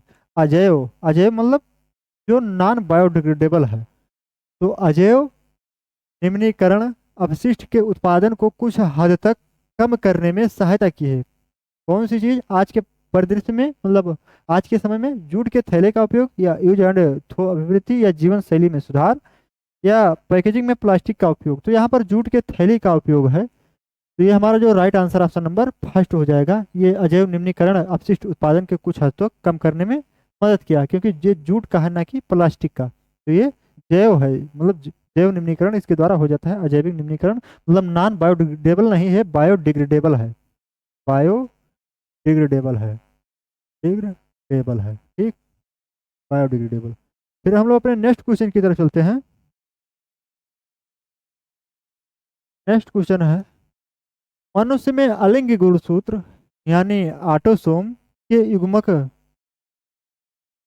क्या है, युग्म पर जाते हैं, कितने हो जाते हैं। मनुष्य में जो ऑटोसोम की संख्या कितनी होती है, जैसा कि हमने आप सभी लोगों को बताया कि एक काइकी गुणसूत्र यानी ऑटोसोम एक सेक्स क्रोमोसोम होता है। ऑटो जो क्रोमोसोम होता है उसमें 22 पेयर यानी 44 क्रोमोसोम होते हैं। इसी तरह से सेक्स क्रोमोसोम एक पेयर यानी 2 क्रोमोसोम होते हैं। तो यहाँ पर कितना होता है, 22 जो होता है, 22 पेयर अलिंग गुणसूत्र, या जिसे हम लोग ऑटोसोम कहते हैं। ठीक, यहाँ पर right answer option number third हो जाएगा, 22 अलिंग गुणसूत्र। तो इस तरह से जो हमारा 17 अगस्त और 18 अगस्त के जो तीनों शिफ्टों के बायोलॉजी में पूछे गए क्वेश्चन थे वो कंप्लीट हो चुके हैं, और बाकी जितने भी शिफ्ट के क्वेश्चन बचे हैं हम आप सभी लोगों को करा ही देंगे। तब तक के लिए जय हिंद, धन्यवाद।